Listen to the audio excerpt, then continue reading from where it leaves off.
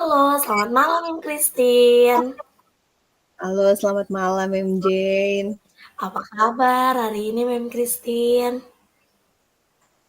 Sangat melelahkan karena hari ini Mem Jane padat begitu mengajarnya dan saya juga harus pergi untuk medical check up di rumah sakit. Jadi memang sepertinya saya Hmm, membutuhkan Mem Jane. hmm. Oh iya, Mem Christine memang ini kan masa-masa awal sekolah, jadi kita ketemu siswa baru, kita ketemu kelas yang baru, pasti sungguh melelahkan, apalagi Mem Christine harus pergi ke rumah sakit untuk medical check up. Nah, mungkin Mem Christine bisa berbagi sedikit keluh kesahnya supaya mungkin bisa saja meringankan kelelahan dari Mem Christine hari ini. Bagaimana dengan kelas barunya, Mem Christine? Iya Mem Jane, jadi tahun ini kan itu saya dipercayakan itu untuk memegang kelas 9 gitu, kelas akhir.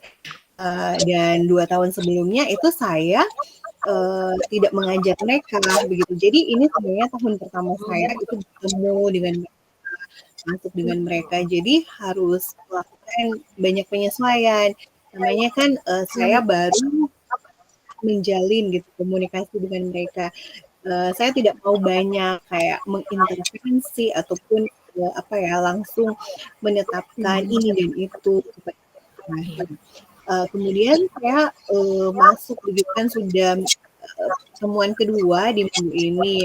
Nah, yang saya lihat ini yang menggelisahkan hati saya adalah tentang penggunaan gadget, penggunaan gawai secara Hmm, dalam begitu Mem Jane itu cukup hmm, mengganggu sekali konsentrasi dan fokus mereka gitu. Mereka mendengarkan, tapi terdistraksi, terganggu gitu, tidak full fokus dan konsentrasi. oh iya, memang benar kalau memang kayaknya beda generasi ya, Mem. Gawai sudah jadi salah satu hal yang tidak terpisahkan apalagi buat teenager. Nah, Mem Christine kira-kira dari, percakapan ini, tujuan dari percakapan kita pada saat ini apa? Dan kira-kira harapan apa yang Mem Christine ingin peroleh ketika, Mem Christine sharing bersama saya pada saat ini? Ya, saya sih bertujuan supaya saya bisa menetapkan gitu langkah-langkah yang tepat dan strategi yang tepat dalam hal mengatasi begitu ya para murid Mhm, yang menggunakan gadget di kelas. Dan harapannya setelah percakapan ini saya dapat langsung beraksi gitu sebuah aksi nyata mhm. apakah saya bisa menemukan sebuah solusi begitu yang dapat Mmm, diterapkan ke kelas yang saya ajarkan begitu Bung Jeng. oh iya Mem, mudah-mudahan ketika kita, sharing saat ini Mem Christine bisa, memperoleh atau mendapatkan tujuan tersebut. Nah, berdasarkan yang apa yang Mem Christine bilang, kira-kira ukuran dari keberhasilan, yang seperti apa yang, bisa menentukan kalau percakapan kita ini, berhasil untuk, menjawab, kerinduan hati dari Mem Christine yang tadi? Jadi, ukuran keberhasilannya adalah ketika saya masuk lagi begitu ke pertemuan berikutnya, saya, bisa memfasilitasi dan mengontrol begitu, penggunaan gadget selama pembelajaran berlangsung begitu, bukan, sama sekali melarang, tetapi dalam artian mereka para murid itu bisa mengontrol penggunaan, gadget selama proses pembelajaran. Itu saya anggap sebagai sebuah keberhasilan. Oh, baik, Mem Christine. Nah, ketika Mem Christine tadi bilang bahwa, tujuan Mem itu supaya Mem bisa memfasilitasi penggunaan gadget secara baik. Nah, kira-kira apakah ada kesempatan yang Mem Christine miliki untuk mengatasi hal dari penggunaan gadget yang kurang baik atau membuat siswa tidak fokus yang tadi itu, bagaimana, Mem? Sebenarnya kalau melihat ada beberapa kesempatan ya. Pertama, begitu saya bisa berkomunikasi dengan wali kelasnya untuk meminta kerjasama supaya wali kelasnya mengumpulkan gadget itu, gawai tersebut di pagi hari setelah morning devotion, sehingga, kesannya bukan saya begitu yang, menetapkan aturan, tapi memang benar aturan sekolah, sehingga penggunaan HP itu lebih terkontrol dan, juga ketika diizinkan oleh saya baru digunakan. Baru kemudian kedua, berarti saya juga perlu memikirkan, aktivitas-aktivitas yang tepat, yang dapat, berkaitan dengan penggunaan teknologi. Sehingga, mereka tidak hanya sekedar, main, misalnya cek notifikasi media sosial, tetapi mereka bisa menggunakan, gawai itu dengan bijaksana, yaitu, membuat atau mendesain project, menyelesaikan tugas, dan lain sebagainya. Dan ketiga sih, untuk kesempatan yang bisa terlihat yaitu melalui keyakinan kelas. Biasanya keyakinan kelas menjadi sebuah batasan ya bagi mereka, supaya melihat, oh ini yang boleh dilakukan, ini yang tidak boleh dilakukan. Baik Mem Christine, dari yang Mem Christine sudah katakan tadi ternyata ada 3 kesempatan yang, berharga yang Mem Christine bisa lakukan. Kalau dilihat dari kesempatan tersebut dari skala 1 sampai 10, kira-kira, skala mana yang, dalam hal ini Mem Christine sudah bisa mencapai tujuannya? Jadi, saya melihatnya di skala 7 begitu, Mem Jane, masih di skala 7 dan saya pikir, perlu meningkatkannya sehingga lebih, dari skala yang ada sekarang. Begitu Mem Mmm, Jane. iya Mem Christine, mudah-mudahan ya. Nah, Mem Christine, kalau dilihat kira-kira untuk mengatasi permasalahan yang tadi, apa sih kekuatan yang Mem Christine, punya sehingga tujuan yang tadi itu bisa tercapai, Mem Christine? Ya, kekuatan yang saya miliki adalah, membangun relasi secara sosial dan emosional bersama dengan para murid sehingga saya bisa mendapatkan kepercayaan mereka. Jadi ketika saya menegur mereka, mereka tidak mudah tersinggung dan mereka lebih menerima dan sadar ketika, penggunaan gadget itu, tidak sesuai dengan tujuan. Baru kemudian kedua, kekuatan saya adalah, supaya bisa berani gitu ya, berani dalam hal mengambil tindakan. Nah, karena sudah ada keyakinan kelas, jadi, perlu saya ingatkan terus, sehingga sama-sama kita, menjalankan gitu keyakinan kelas itu selama proses pembelajaran, khususnya soal penggunaan HP. Nah, Nah, itu yang saya miliki, Mem Jane. wah luar biasa Mem Christine. Dari kekuatan yang Mem Christine miliki ini, apakah ada peluang atau kesempatan yang bisa Mem ambil untuk mengatasi, penggunaan gadget yang, belum tepat sasaran seperti itu? Ya, jadi setelah, saya mendapatkan kepercayaan dari para murid, mereka pasti akan merasa, aman, mereka akan merasa nyaman.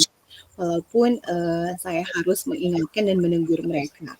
Karena, bagi saya, sebuah kepercayaan itu adalah sebuah relasi ya, jadi kita saling, percaya satu sama yang lain. Dan saya lihat juga ada peluang di mana, kalau saya merancang aktivitas melalui rencana pembelajaran, aktivitas yang tepat, sehingga penggunaan gadget itu lebih terarah kepada, aktivitas-aktivitas atau kegiatan yang positif untuk mendukung mereka dalam proses pembelajaran. Nah, Seperti iya benar sekali, Mem. Kalau kita pakai gadgetnya untuk kegiatan yang positif, pasti, anak-anak akan lebih fokus lagi dalam proses pembelajaran. Nah, Mem Christine, dari yang kita sharing-kan ini, kira-kira adakah hambatan atau gangguan yang, membuat Mem Christine tidak bisa mencapai tujuan itu? Dan iya, solusinya bagaimana untuk mengantisipasi gangguan dan hambatan tersebut? ya, jadi kalau saya lihat hambatannya itu lebih kepada, apa ya, murid gitu, murid tersebut. Bila mana murid, itu memang, sebenarnya ada mengalami problem gitu secara pribadi ya. gitu, sehingga, dia kurang menanggapi begitu teguran yang saya alamatkan kepada dia. Jadi cara untuk mengantisipasinya adalah melalui, pendekatan secara pribadi. Jadi melalui, sharing atau tanya jawab dan juga melalui penguatan terhadap dia. Jadi proses pendampingan, dan kemudian mencari tahu alasan begitu kenapa dia lebih, suka menggunakan gadget gitu dalam kurun waktu yang lama begitu dan kurang fokus, konsentrasi. Mmm, Kemudian hambatannya juga adalah, ketika aktivitas yang saya rancang ternyata, kurang disukai atau kurang diminati oleh para murid tersebut. Jadi saya, adalah dengan melakukan survei kepada mereka, gitu, apa yang mereka suka gitu, apa yang mereka minati dalam hal penggunaan teknologi. Demikian, Mem. iya betul, Mem. Mmm, jadi dari hal-hal yang kita bicarakan tadi kira-kira ada rencana aksi nyata seperti apa yang Mem Christine buat untuk mencapai tujuan penggunaan gadget yang, mmm, bisa digunakan dalam proses pembelajaran, juga apakah ada strategi untuk mencapai rencana aksi nyata tersebut, Mem? Ya, jadi strategi dalam, mencapai ya rencana aksi nyata itu, yaitu agar supaya penggunaan teknologi kan bisa secara maksimal untuk, kegiatan-kegiatan yang produktif. Jadi, saya mendorong mereka untuk bisa membuat desain gitu, sebuah produk pembelajaran itu melalui aplikasi yang ada di HP mereka, tidak Mhm, membatasi aplikasi tapi lebih banyak aplikasi editing gitu itu bisa editing untuk pictures, gambar, editing untuk video. Jadi untuk kelas 9 mereka memang lebih tertarik untuk apa namanya tugas atau pembelajaran yang berbasis project gitu. Project yang dilakukan berkolaborasi bersama dengan teman-teman mereka. Jadi mmm, strateginya ya ada rancangan aktivitas kolaborasi bersama dengan teman, project menggunakan HP, gitu, smartphone mereka. oke, baik, Mem. Mudah-mudahan rencana tersebut dapat terus dilaksanakan. Nah, Mem, kira-kira kan Mem sudah membuat rencana. Untuk mengukur keberhasilan dari rencana aksi nyata itu seperti apa dan bagaimana jangka waktunya, Mem? Iya, jadi ukuran keberhasilannya dilihat dari produk pembelajaran yang tentu berdiferensiasi, artinya berbeda-beda ya dari masing-masing murid. Lalu mereka juga dapat mempertanggungjawabkan begitu produk pembelajaran itu. Nah, misalkan yang hari ini itu saya memberikan kepada mereka sebuah uh, kegiatan gitu yang berbasis project yaitu story presentation. Jadi mereka akan presentasi cerita sendiri mereka pada sebuah kelompok yang besar. Nah, ketika mereka bisa bercerita begitu, mempresentasikan melalui desain yang mereka gunakan dengan handphone atau penggunaan teknologi, maka dari situ saya lihat bahwa ternyata teknologi itu menunjang pembelajaran mereka. Nah, itu ukuran keberhasilannya dalam hal ini, Mem. Oh, jadi keberhasilannya itu dalam bentuk project ya, Mem. Nah, Iya. kira-kira Mem Christine, komitmen apa yang Mem Christine punyai terhadap rencana aksi yang tadi? Terus siapa atau apa yang dapat membantu Mem Christine dalam menjaga komitmen tersebut? Ya, baik, jadi, untuk menjalankan komitmen itu, komitmen yang saya harus miliki adalah pertama, secara, berkelanjutan itu melakukan, ongoing assessment. Jadi, penilaian secara berkelanjutan dalam artian, penilaian itu bukan hanya pada saat masa persiapan, tetapi terus-menerus sampai akhirnya mereka, dapat menghasilkan sebuah produk pembelajaran. Kemudian, yang kedua itu adalah komitmen saya agar supaya bisa melakukan pemantauan atau monitoring secara intensif khususnya bagi murid-murid yang kesulitan begitu dalam menghasilkan produk, pembelajaran. Yang dapat membantu saya dan mendukung saya itu adalah wali kelas dari kelas tersebut, kedua rekan sejawat saya yang serumpun yaitu tim bahasa Inggris. Baik, Mem. Nah, Mem, kita sudah berbincang, kita sudah saling sharing, tukar pikiran. Nah, kira-kira tindak lanjut apa dari sesi coaching ini yang akan Mem lakukan? Selanjutnya seperti apa, Mem? Iya, berarti saya, akan melakukan evaluasi dan juga refleksi pribadi ya, gitu setelah proses pembelajaran berlangsung. Dan harapannya saya juga bisa, bertemu lagi dengan Mem Jane untuk kemudian melihat sudah sampai sejauh mana perkembangan saya dalam mengontrol penggunaan gadget di kelas. Jadi, saya juga berpikir untuk masih melanjutkan lagi percakapan kita di, waktu-waktu ke depan. Ya, baik Mem Christine, saya juga rindu sekali mau sharing bersama Mem Christine, apalagi berbagi tentang proses pembelajaran di kelas. Terima kasih Mem Christine. Selamat malam. Malam Mem Christine, Tuhan Yesus memberkati.